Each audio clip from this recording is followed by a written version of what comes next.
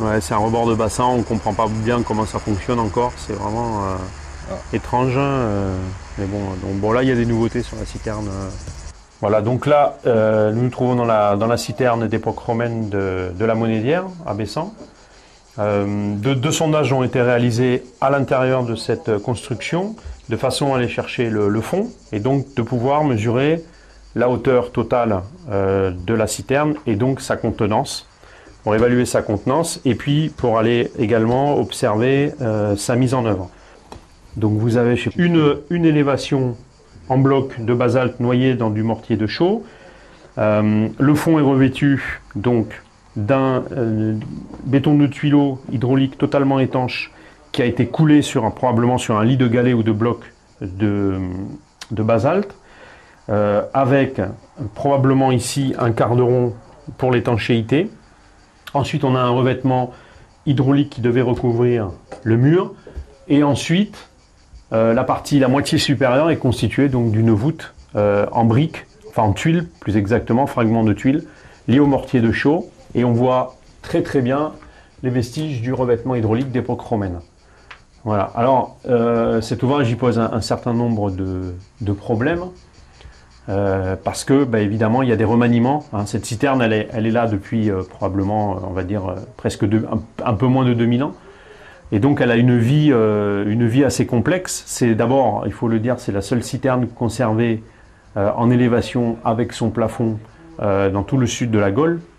Il y a très peu d'exemplaires de citernes intégralement conservées. Il y en a en Italie, en Espagne, mais donc ça, c'est ce qu'on appelle un unicum. C'est vraiment exceptionnel. Mais la contrepartie de cette conservation exceptionnelle, c'est qu'elle a subi des remaniements, soit pour donc changer, réparer ou aménager de nouvelles structures, soit pour carrément changer la destination de cet ouvrage qui à la base est une réserve d'eau, hein. Une réserve d'eau qui est destinée à alimenter un établissement romain qui se trouve en contrebas, que nous avons découvert au milieu des années 1990 lors de prospection de surface avec le club archéologique de Montagnac. Et donc cette occupation d'époque romaine qui n'était pas connue auparavant. Il porte un nom, ce que vous avez découvert. C'est la Monédière, on l'a appelée la Monédière. C'est loin C'est juste en bas du plateau là, dans la vigne, ouais. Ça se trouve. Il y a également une occupation de la fin de l'âge du fer. C'est en quelque sorte une extension de l'occupation du plateau, mais qui est très intéressante parce que elle a livré en prospection du mobilier très bien conservé, d'un très bon état. Énormément de mobilier, il y a du néolithique final, il y a du premier âge du fer, du second âge du fer, grosse occupation 1er siècle avant Jésus-Christ, et puis encore du Haut Empire jusqu'à la fin de l'Antiquité probablement. Donc cette citerne-là, elle a été installée pour alimenter probablement des thermes, hein, un bâtiment thermal qui se trouve en bas, dont on a retrouvé des témoignages, des fragments de tubuli d'hypocauste, qui sont des conduits destinés à chauffer les parois des édifices thermaux.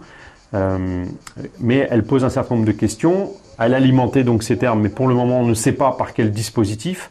On devrait avoir une prise d'eau dans la partie basse, donc probablement à l'angle qui se trouve là-bas, à l'angle ouest, sud-ouest. Donc on verra ça quand la citerne sera vidée.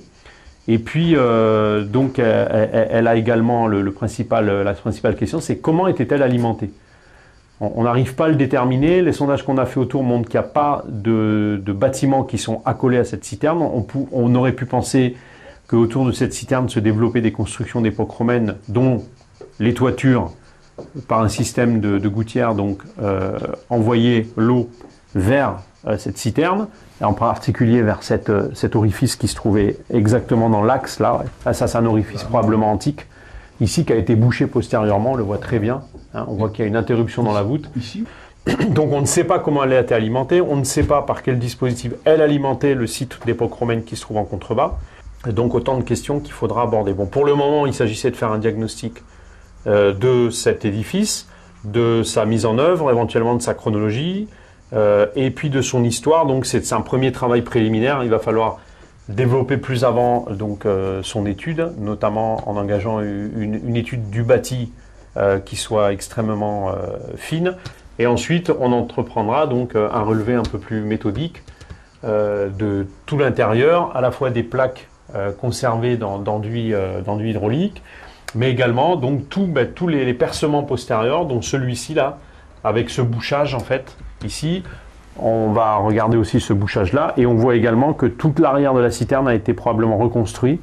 Et comme l'avant d'ailleurs, hein, il y a eu des modifications apportées aux deux extrémités est et ouest, si bien qu'on va pouvoir voilà, reconstituer son histoire.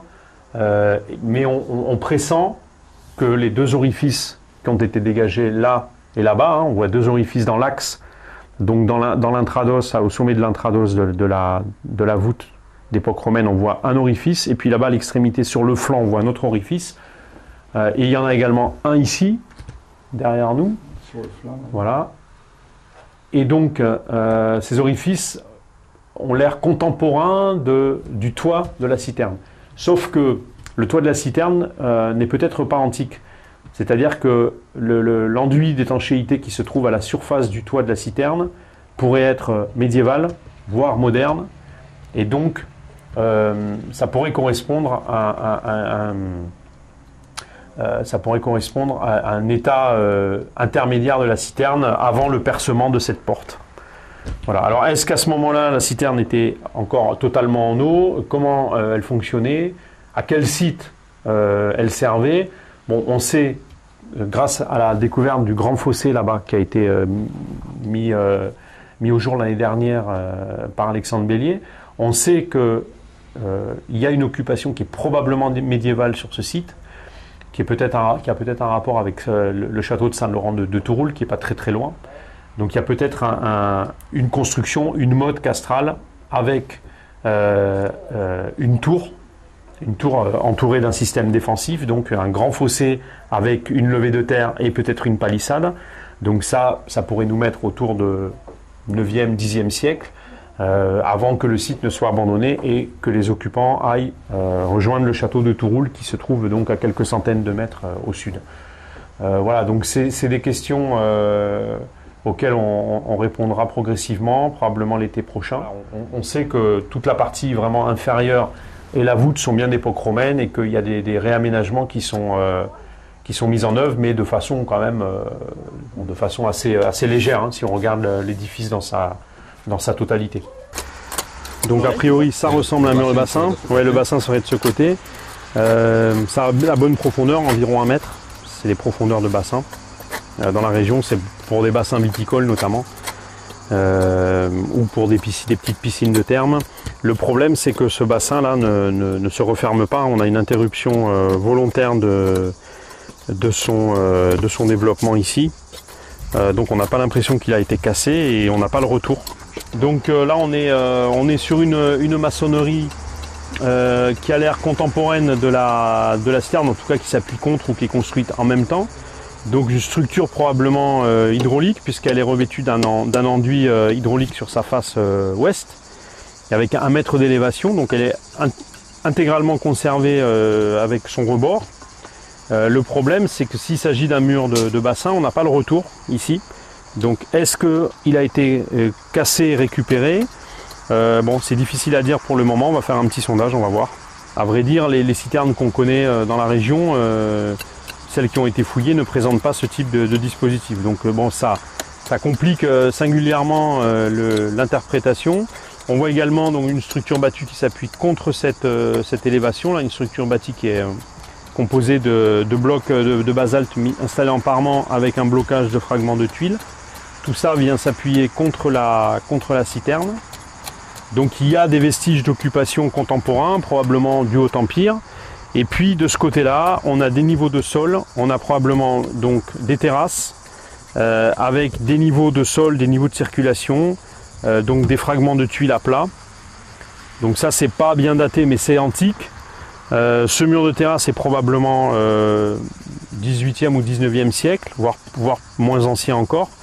Et tous ces remblais-là sont des remblais récents. Donc ça simplifie pas le travail, ça le complique. Et puis en plus, dans le niveau inférieur, là on a encore un niveau de circulation qui est beaucoup plus bas que celui-ci et qui semble pouvoir être daté. Là, au pied de Jordan, on a des choses, on voit des choses. Et qui pour le moment pourraient être datées de l'Antiquité tardive, qui ont été donc amenées et qui recouvrent des vestiges antiques.